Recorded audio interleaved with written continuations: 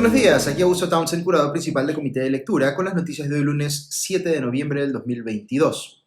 Espero hayan tenido un buen fin de semana y muchas gracias a quienes sintonizaron anoche nuestro programa Comité de Domingo. Estuvieron muy interesantes las conversaciones que tuvo Ale Costa, primero con Víctor Reyes Parra del Comercio, para entender mejor lo que está pasando con el caso Lavajato y el acuerdo de colaboración con Odebrecht, y en segundo lugar con el especialista en opinión pública Mauricio Saravia, en torno a la marcha de rechazo al presidente Pedro Castillo, que se realizó el último sábado. Empiezo comentándoles un poco sobre esto último. La marcha del sábado no parece haber estado en las decenas de miles de convocados, he visto estimaciones entre 5.000 y 10.000 personas, pero no fue una manifestación desdeñable tampoco. Si ahora el marco de referencia es la marcha de noviembre del 2020 contra Manuel Merino, todo va a parecer distante en comparación, puesto que esa marcha fue quizá irrepetible.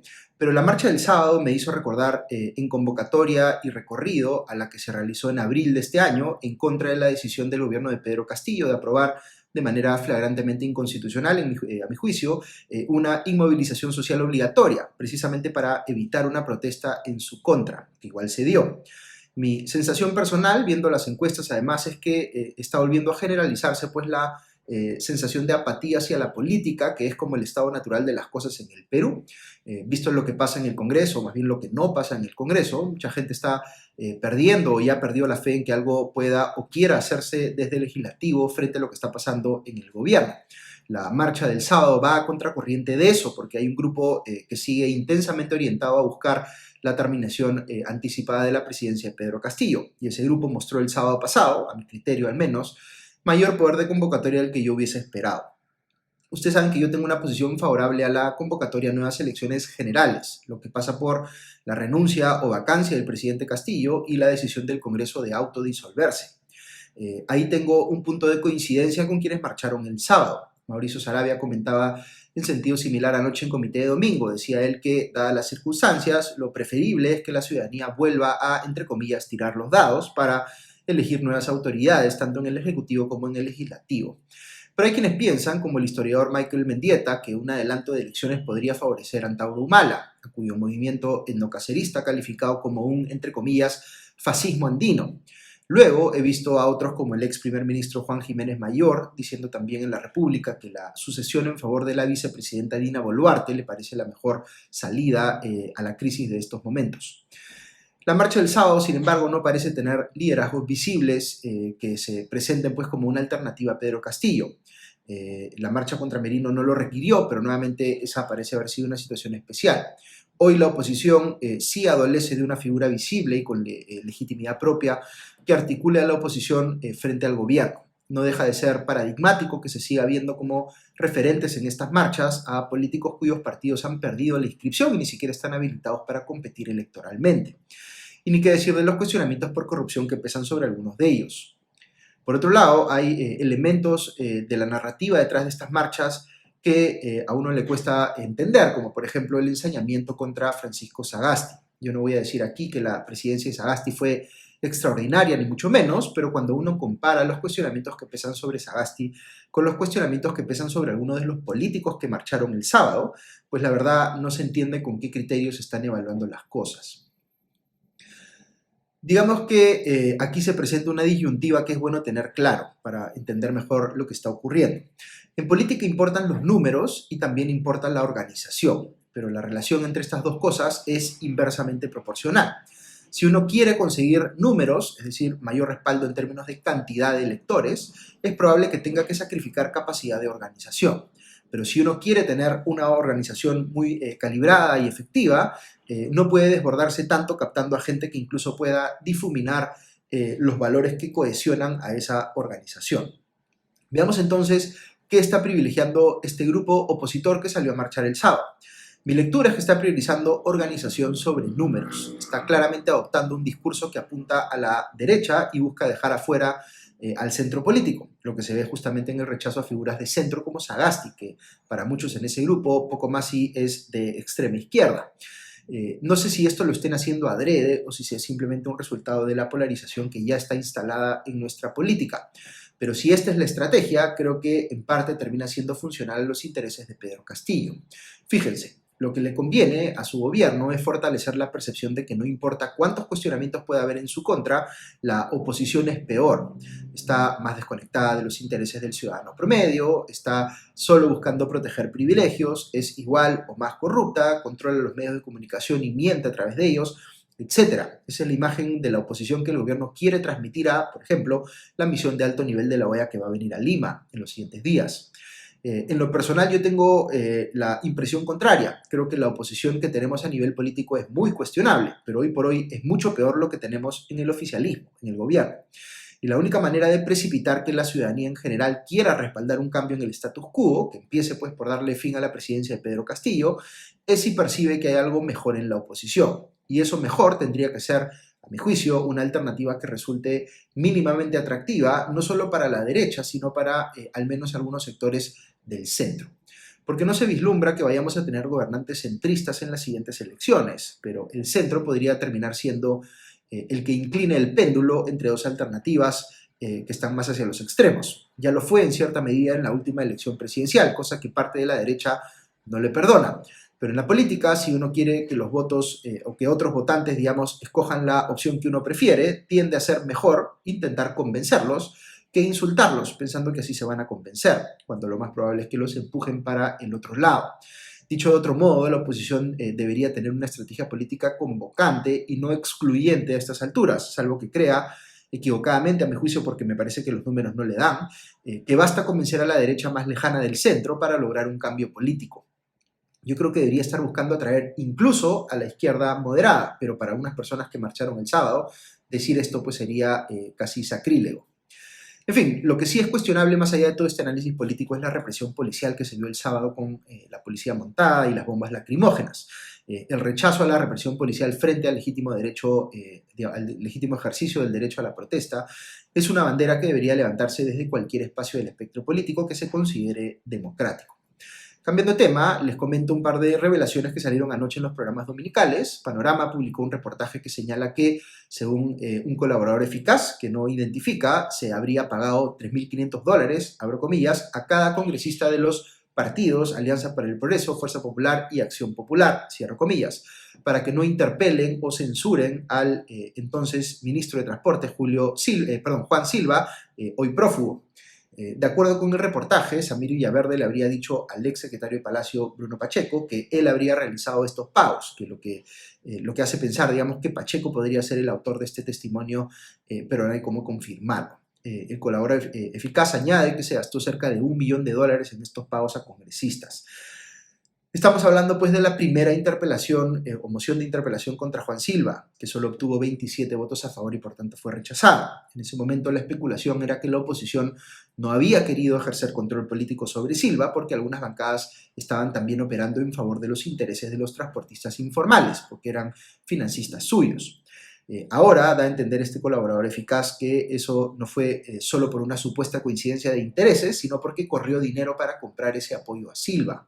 El colaborador eficaz dice algo más que es bien grave, pero para lo cual todavía no se conoce que haya evidencia adicional a lo que señala en su testimonio. Refiere él que las empresas chinas pagaron 6 millones de soles en una coima que fue recibida por Samir Villaverde. De esos 6 millones, supuestamente se repartieron 1 millón para Juan Silva, 1 millón para Pedro Castillo, otro millón para los sobrinos del presidente y para unos funcionarios del MTC, y no queda claro qué pasó con lo demás. El dinero para Castillo se habría entregado a través de sus sobrinos. Ok, analicemos esto con cabeza fría. Si esta información fuese cierta, tendría pues que ameritar la vacancia inmediata de Pedro Castillo.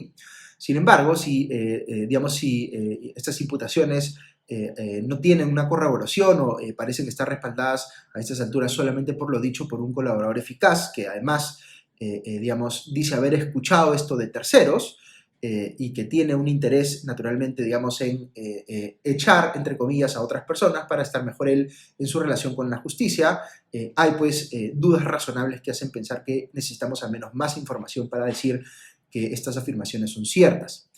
¿Significa que son falsas? No, podría haber algún mérito detrás de ellas, pero de momento, como les digo, no hay más que un reportaje, digamos, basado en el testimonio no corroborado de un colaborador eficaz, que, como sabemos, tiene incentivos, les decía, para, afirmar cosas que lo puedan poner en una mejor situación frente a la justicia. Por tanto, siempre es aconsejable en estos casos entender o analizar cuál es el nivel de convicción que existe respecto de las cosas que se afirman en estos reportajes periodísticos y uno mismo reflexionar sobre qué evidencia adicional tendría que requerir uno para convencerse de que hay mérito en la imputación o imputaciones que se estén haciendo. Lo mismo se puede decir de la denuncia presentada la semana pasada sobre un supuesto plan de atentar contra la vida de la fiscal especial Marita Barreto o la del coronel Harvey Colchado.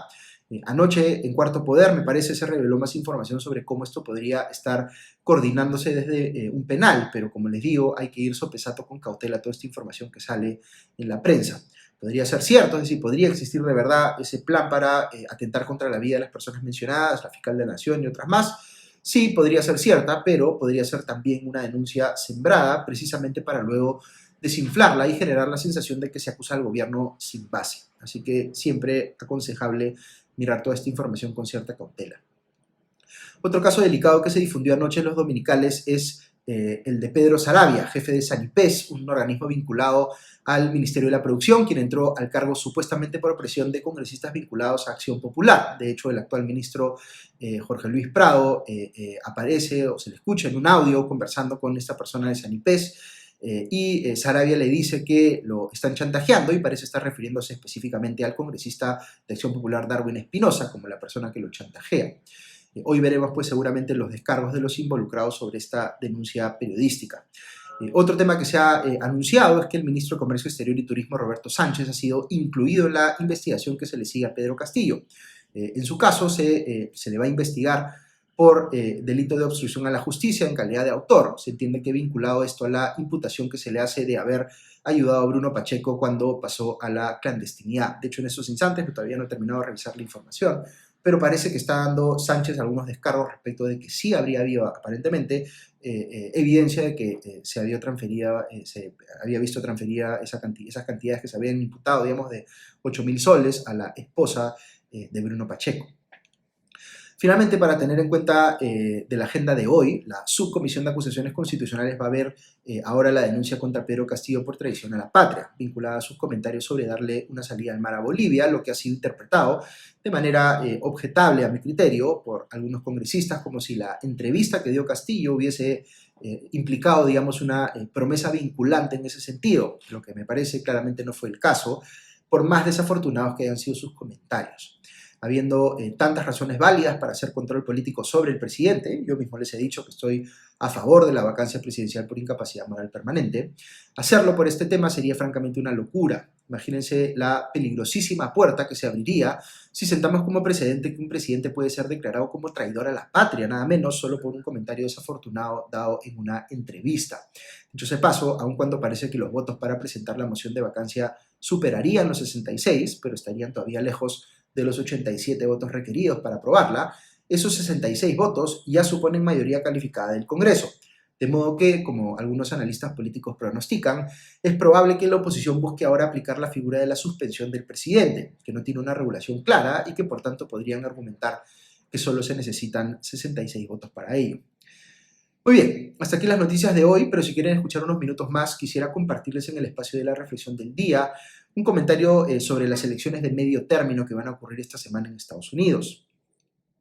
En Estados Unidos hay una elección parlamentaria a la mitad del periodo presidencial que puede hacer que, y normalmente hace, que el presidente en funciones pierda fuerza en el Congreso, incluso se quede sin mayoría en el Poder Legislativo, porque algunos escaños de la Cámara de Representantes y del Senado pasan del oficialismo a la oposición. También hay elecciones en paralelo para gobernadores de los estados y otros cargos, digamos, de importancia local. Por eso algunas personas dicen que con esta elección de medio término se inicia en realidad la campaña para la siguiente elección presidencial, que será en el 2024, en la que todavía no se sabe si Joe Biden va a ir a la reelección o no. Lo que sí se espera es que el expresidente Donald Trump intente ser candidato presidencial por el Partido Republicano. Trump, recordemos, ha dicho sin pruebas que la elección pasada que le ganó Biden le fue, entre comillas, robada. De hecho, ha logrado que buena parte del Partido Republicano se adhiera a esa teoría y se conviertan en lo que ahora se conoce en Estados Unidos como election deniers, o en inglés, o negacionistas de los resultados electorales.